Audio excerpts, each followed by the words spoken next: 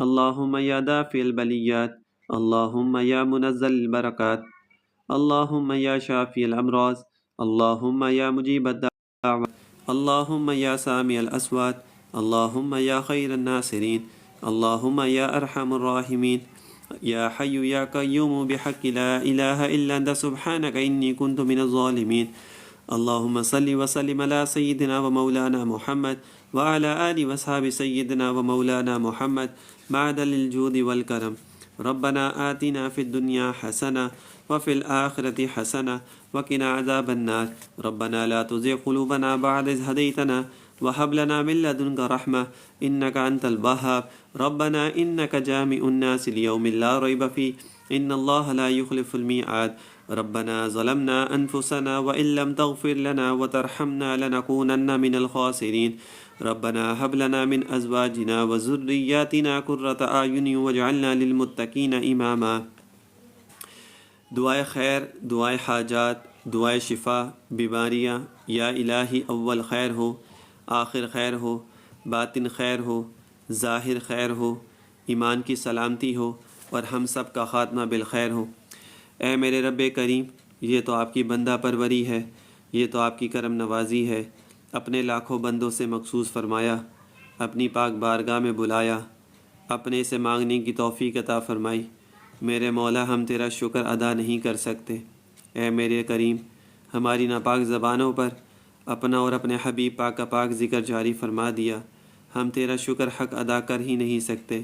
بن مانگے ہمیں نعمت عظمیٰ عطا فرمائی کہ اپنے پیارے محبوب کی امت میں پیدا فرما دیا، ان کے پاک دامن سے وابستہ فرما دیا۔ میرے مولا، ہم تیرا شکر حق ادا کر ہی نہیں سکتے۔ بس التجا یہ کرتے ہیں ہم سب و جتنے بھی حاضرین محفل اور ہمارے عزیز و اقارب اور ہمارے والدین، تمام مسلمانوں پر اپنا رحم فرما۔ اے اللہ، ہمارے صغیر اور کبیرہ گناہوں کو معاف فرما، ہمارے عیبوں کی پردہ پوشی فرما، ہمیں اپنی اطاعت گزار بندہ بنا، صحیح معنوں میں بندگی کی توفیق عطا فرما، اپنی یاد میں یکسوئی عطا فرما، ہمیں اپنے نام کی لذت عطا فرما، ہمیں اپنی یاد میں محویت عطا فرما، ہمیں اپنے ذکر کی برکتیں عطا فرما۔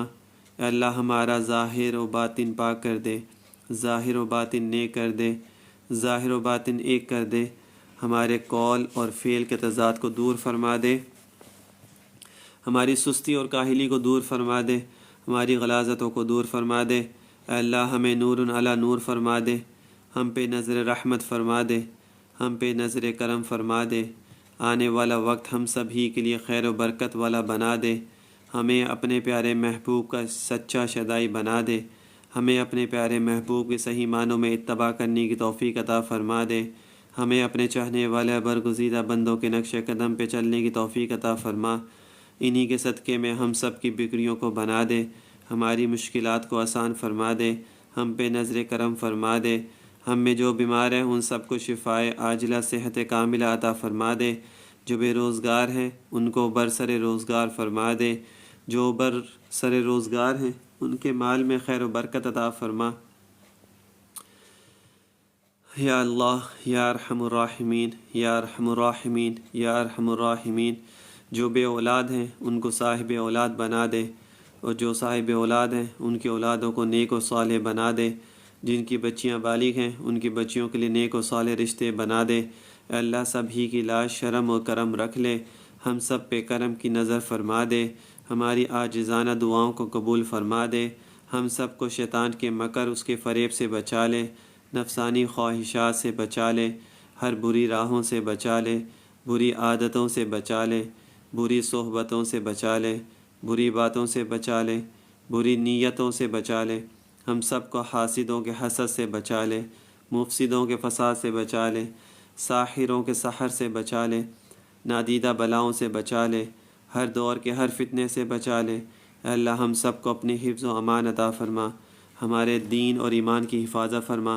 اے اللہ، ہم سے وہ کام کرا لے جس سے تو ہم سے راضی ہو جا، تیری بارگاہ کے مقبول بندے ہم سے راضی ہو جائیں۔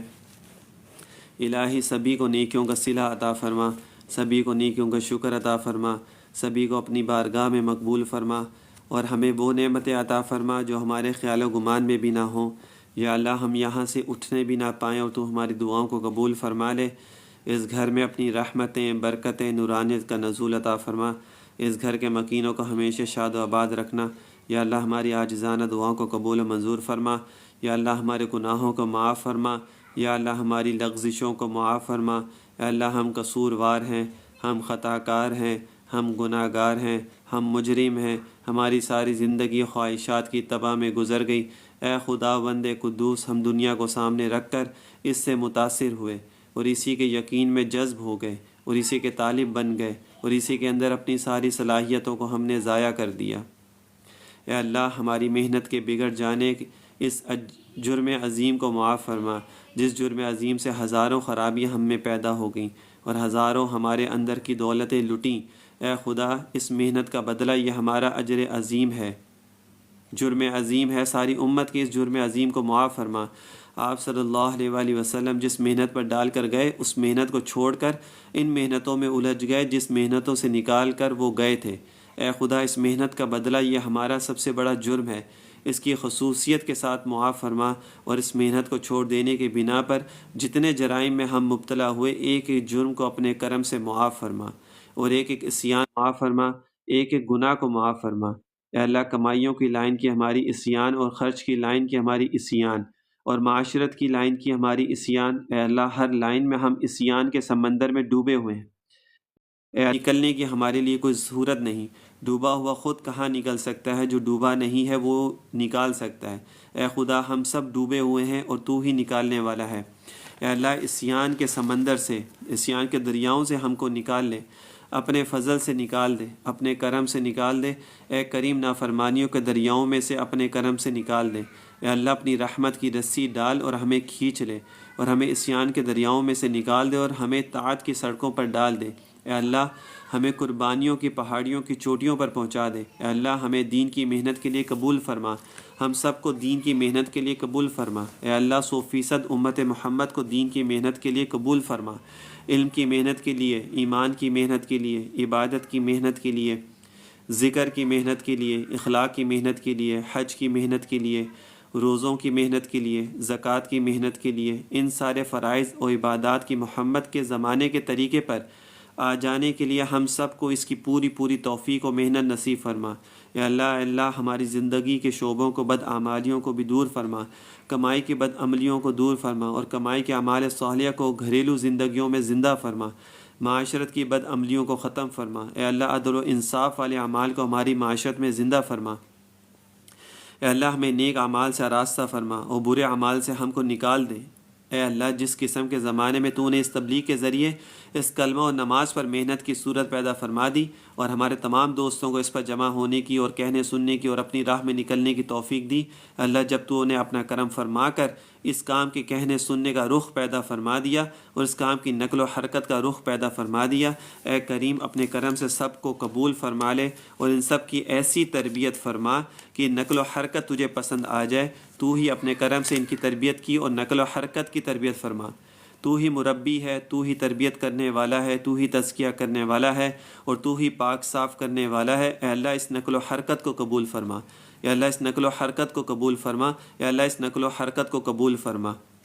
اے اللہ ان کو اخلاص نصیب فرما، اے اللہ ہم سب کو اخلاص نصیب فرما، اے اللہ ہم سب کو اپنی قدرت پر یقین نصیب فرما، ہم سب کو یقین نصیب فرما، ہم سب کو اپنے وعدوں پر یقین نصیب فرما۔ یا اللہ ہمارے عقیدوں کو درست فرما اور اس محنت کے لیے ہمارے اندر وہ جذبات پیدا فرما، اے اللہ جن قربانیوں سے یہ انسان جس چیز سے پیدا ہوا ہے انسان تیرا دوست بن جاتا ہے اور جن قربانیوں سے تیرا محبوب بن جاتا ہے، اے خدا ان قربانیوں کی محبت ہمارے دلوں میں پیدا فرما۔ اے اللہ جس کرم سے تو نے یہ کام اٹھایا اب اس کام کو تکمیل تک پہنچا دے، اس کام میں لگنے والوں میں دنیا کی رغبت کے دلوں سے نکال دے، ملک و مال کی رغبت ان کے دلوں سے نکال دے، دنیا کے نقشے کے بارے میں بے رغبتی ان کے دلوں میں پیدا فرما دے، موت کی حقیقت ان کو عطا فرما، قناعت کی دولت ان کو نصیب فرما۔ اے اللہ صبر و اخلاص اور مجاہدے کی ان کو نصیب فرما۔ اے خدا جس مجاہدے پر انسان اندر سے تیرے انوارات سے جگمگا جاتا ہے اور ان اعلیٰ مجاہدوں پر اے اللہ ترقیات کے دروازے کھل جاتے ہیں اور اخلاق کی چوٹیوں پر انسان پہنچ جاتا ہے، اے اللہ وہ مجاہدے کی دولت ہم سب کو نصیب فرما۔ اے اللہ جس طرح تو نے یہ کام اٹھایا ہے اس کام کو ہدایت کی پوری دنیا میں آ جانے کا اس کام کو 100% ذریعہ قرار دے دے۔ اے اللہ سارے انسانوں کے لیے اور سارے ملکوں کے لیے اور سارے مسلمانوں کے لیے ہدایت ملنے کا سبب اس کو قرار دے دے۔ سارے زمانوں، قوموں، ملکوں میں اس محنت کے پہنچنے کی قبول فرما لے۔ یا اللہ ہدایت عام فرما ہمیں اور ہمارے ساتھیوں کو، ہمارے رشتہ داروں کو اور اس کام میں لگنے والوں کو، اس کے متعلقین اور رشتہ داروں کو، ان سے تعلق اور محبت رکھنے والوں کو اس ہدایت میں سے حصہ نصیب فرما۔ جو تو مجاہدین کو ہدایت دیا کرتا ہے اور تو داعیوں کو ہدایت دیا کرتا ہے، اور جو محمد صلی اللہ علیہ وسلم اور ان کے ساتھیوں کو ہدایت نصیب فرمائی تھی، اور تو نے انبیاء سابقین علیہ السلام کو اور اولیاء کو ہدایت و قربانی عطا فرمائی تھی، اللہ اس ہدایت سے ہم سب کو بھرپور حصہ نصیب فرما۔ یا اللہ ان خالی ہاتھوں کو اپنے کرم سے بھر دے۔ یا اللہ ان خالی ہاتھوں کو اپنے کرم سے بھر دے، ان خالی دلوں کو اپنے کرم سے بھر دے، ان خالی دلوں کو اپنے کرم سے بھر دے، اپنے عشق سے اور اپنی محبت سے ہدایت کا فرمان ہمارے لیے فرما دے۔ یا اللہ پوری امت محمد صلی اللہ علیہ وآلہ وسلم کو یا اللہ اے اللہ جو انہیں ضلالت کی طرف کھینچے ان کے ہاتھوں سے انہیں چھڑا دے، اور جو انہیں ہدایت کی طرف کھینچے ان کے ہاتھوں کی طرف ان کو منتقل فرما دے۔ یا اللہ اس امت محمدیہ کو یہود و نصارہ، مشرکین، ملحدین کے ہاتھوں سے چھڑا دے۔ اس امت محمد صلی اللہ علیہ وآلہ وسلم کو یہود و نصارہ، مشرکین و ملحدین کے ہاتھوں سے چھڑا دے۔ محمد صلی اللہ علیہ وآلہ وسلم کی بنیادوں پر ان کو کھڑا کر دے۔ اے اللہ ان کے یقینوں کو ٹھیک کر دے، ان کو ہدایت نصیب فرما، ان کو ایمان کی قوت نصیب فرما، ان کو علوم نبویہ کے استقبال نصیب فرما، ان اسلام کی دولت ان کے سینوں میں اتار دے، اور اپنا ذکر ان کے دینوں میں نصیب فرما، اور اس دنیا کی بے رغبتی نصیب فرما۔ علم دین سیکھنے اور اس کے مطابق زندگی گزارنے کی ہدایت نصیب فرما، عام انسانوں کی ہدایت نصیب فرما، اس ملک کے بسنے والوں کو ہدایت نصیب فرما۔ یا اللہ آپ صلی اللہ علیہ وسلم کے طریقے پہ زندگی گزارنے کی توفیق عطا فرما۔ جو بھی لوگ مجھے روزانہ دعاؤں کے لیے کہتے ہیں، پریشان ہوتے ہیں، کوئی ویزے کی وجہ سے پریشان ہے، کوئی ڈاکومنٹیشن کی وجہ سے پریشان ہے، کوئی اولاد کی وجہ سے پریشان ہے، کوئی رزق کی وجہ سے پریشان ہے، کوئی جاب کی وجہ سے پریشان ہے، کوئی ہدایت کی وجہ سے پریشان ہے، کوئی گمراہی کی وجہ سے پریشان ہے، کوئی دنیا کی محبت جس کے دل میں زیادہ بس گئی ہے اور آپ سے وہ دور ہو چکا ہے اس کی وجہ سے وہ پریشان ہے، کوئی شیطان اور نفس کی وجہ سے پریشان ہے، کوئی میاں بیوی کے جھگڑوں کی وجہ سے پریشان ہے، کوئی کاروبار کی وجہ سے، کوئی رزق کی وجہ سے، کوئی بزنس کی وجہ سے، جو کوئی بھی جس وجہ سے بھی یا اللہ پریشان ہے ان سب کی پریشانیوں کو دور فرما دے۔ کوئی رشتوں کی وجہ سے پریشان ہے، رشتے نہیں ہو رہے، کوئی بیماریوں کی وجہ سے پریشان ہے کہ صحت و تندرستی ان کو عطا نہیں ہو رہی ہے۔ یا اللہ آپ تو عالم الغیب ہیں، آپ تو دلوں کے حالوں کو جانتے ہیں، آپ کو ہر چیز کا علم ہے، ہر چیز آپ کو معلوم ہے انسان کے دل میں کیا ہے۔ یا اللہ تو سب کے دلوں کو اپنے انوارات سے بھر دے۔ یا اللہ تو اپنے سب کے دلوں کو اپنی نورانیت سے، اپنے نور سے یا اللہ تو بھر دے، سب کو دین کے اوپر چلنے والا بنا، سب کو ایسا بنا دے جس سے تو ان سے راضی ہو جائے۔ یا اللہ سب کو تجھے راضی کرنے والا بنا دے، گناہوں سے بچنے والا بنا دے، گناہوں سے نفرت کرنے والا بنا دے، نیکی پہ چلنے والا بنا دے، نیکی کے لیے کوشش کرنے والا بنا دے، ذکر اذکار کرنے والا بنا دے، نمانے والا بنا دے، قرآن پڑھنے والا بنا دے۔ یا اللہ گناہوں سے بچنے والا بنا دے۔ یا اللہ جس کی جو مرادیں ہیں یا اللہ ان سب کی مرادوں کو تو پورا فرما، اور جو بھی ہم نے یہاں پہ دعائیں مانگی ہیں، اور یا اللہ اگر کوئی دعا رہ گئی ہو جو ہم سے مانگی نہ گئی ہو، مجاہدین کی مدد فرما، فلسطین کے مسلمانوں کی مدد فرما، کشمیر کے مسلمانوں کی، جہاں جہاں مسلمان پر ظلم ہو رہا ہے یا اللہ تو وہاں پر ظالم کو تباہ و برباد کر دے، اور مظلوم کو یا اللہ تو حوصلہ ہمت عطا فرما، ان کی مدد فرما۔ یا اللہ سب کو حلال روزی، طیب روزی، آسان روزی، وسیع روزی، برکت والی روزی کمانے کی توفیق عطا فرما۔ اللہم اکفنی بحلالک عن حرامک واغننی بفضلک عمن سواک۔ یا اللہ کبھی کسی کو کسی کا محتاج نہ کرنا سوائے تیری ذات کے۔ یا اللہ سب کو حلال کمانے کی توفیق عطا فرما، اپنی نسلوں کو حلال کھلانے کی توفیق عطا فرما، حرام کے ذرے ذرے سے اپنے آپ کو بچانے کی توفیق عطا فرما، دنیا کی محبت دل سے نکال کر اپنی محبت دلوں کے اندر پیدا فرما، اور آپ صلی اللہ علیہ وسلم کی محبت ہمارے دلوں میں پیدا فرما۔ اللہم انا نسألک من خیر ما سألک منہ عبدک ونبیک محمد صلی اللہ علیہ وآلہ وسلم، واعوذ بک من شر ما استعاذک منہ عبدک ونبیک محمد صلی اللہ علیہ وآلہ وسلم، وانت المستعان وعلیک البلاغ ولا حول ولا قوة الا باللہ العلی العظیم۔ یا اللہ ہم تو گناہ گار ہیں، ہم تو خطا کار ہیں، لیکن آپ جو ہیں وہ رحمت للعالمین ہیں، آپ غفور الرحیم ہیں۔ یا اللہ جو بھی ہم سے لغزشیں ہو جاتی ہیں، نہ چاہتے ہوئے ہم سے ہو جاتی ہیں، شیطان کے بہکاوے میں آ کے ہو جاتی ہیں، یا اللہ نفس کے پیچھے چل کے ہو جاتی ہیں، یا اللہ تو ان سب کو معاف فرما دے، خاتمہ ہمارا ایمان پر فرما، یا اللہ ہمارا خاتمہ ایمان پر فرما، اپنے ایمان کی حفاظت کرنے کی یا اللہ تو ہمیں توفیق عطا فرما، گمراہی سے یا اللہ تو ہمیں ہمیشہ محفوظ رکھنا، گمراہی سے ہمیشہ ہمیں محفوظ رکھنا۔ سبحان ربک رب العزت عما یصفون وسلام علی المرسلین والحمد للہ رب العالمین۔